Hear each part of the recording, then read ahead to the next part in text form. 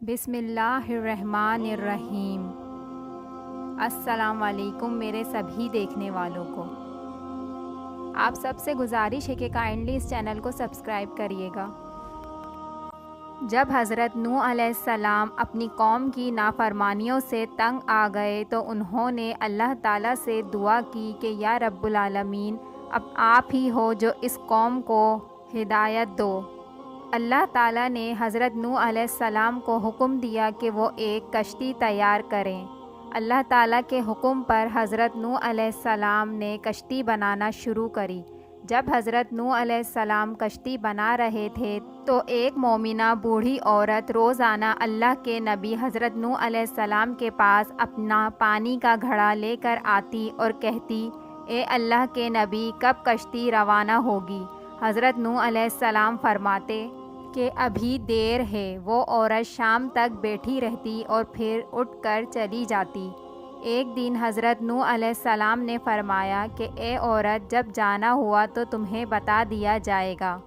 وہ عورت واپس چلی گئی اور انتظار کرنے لگی کہ حضرت نوح علیہ السلام کب بلائیں گے۔ اسی دوران عذاب آ گیا اور کشتی روانہ ہو گئی، لیکن حضرت نوح علیہ السلام نے اس عورت کو نہ بلایا۔ ظاہری طور پر نوح علیہ السلام کو اس عورت کو بلانا بھلا دیا گیا تھا۔ جب طوفان تھما تو ایک دن حضرت نوح علیہ السلام کے دل میں محبت اٹھی کہ شہر کو دیکھوں جہاں سے چلا تھا۔ وہاں آئے اور قریب جا کر دیکھا تو ایک جھوپڑی میں دیا جل رہا تھا۔ حضرت نوح علیہ السلام یہ دیکھ کر چونک گئے کہ روئے زمین پر کوئی ایسا گھر بھی ہے کہ اتنے عظیم طوفان کے بعد بھی جس میں چراغ جل رہا ہے۔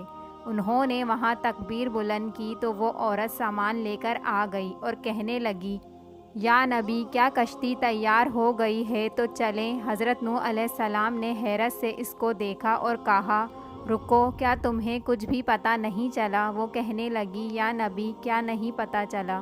حضرت نوح علیہ السلام نے فرمایا، اتنا بڑا سیلاب آیا، بارش آئی، تمہیں کچھ بھی پتہ نہیں چلا؟ بڑھیا کہنے لگی، یا نبی، بس ایک دن بادل گرجے تھے اور کچھ ہلکی سی پھوار پڑی تھی۔ نوح علیہ السلام حیران ہو کر آسمان کی طرف دیکھنے لگے اور کہا، میرے اللہ، یہ کیا ماجرا ہے؟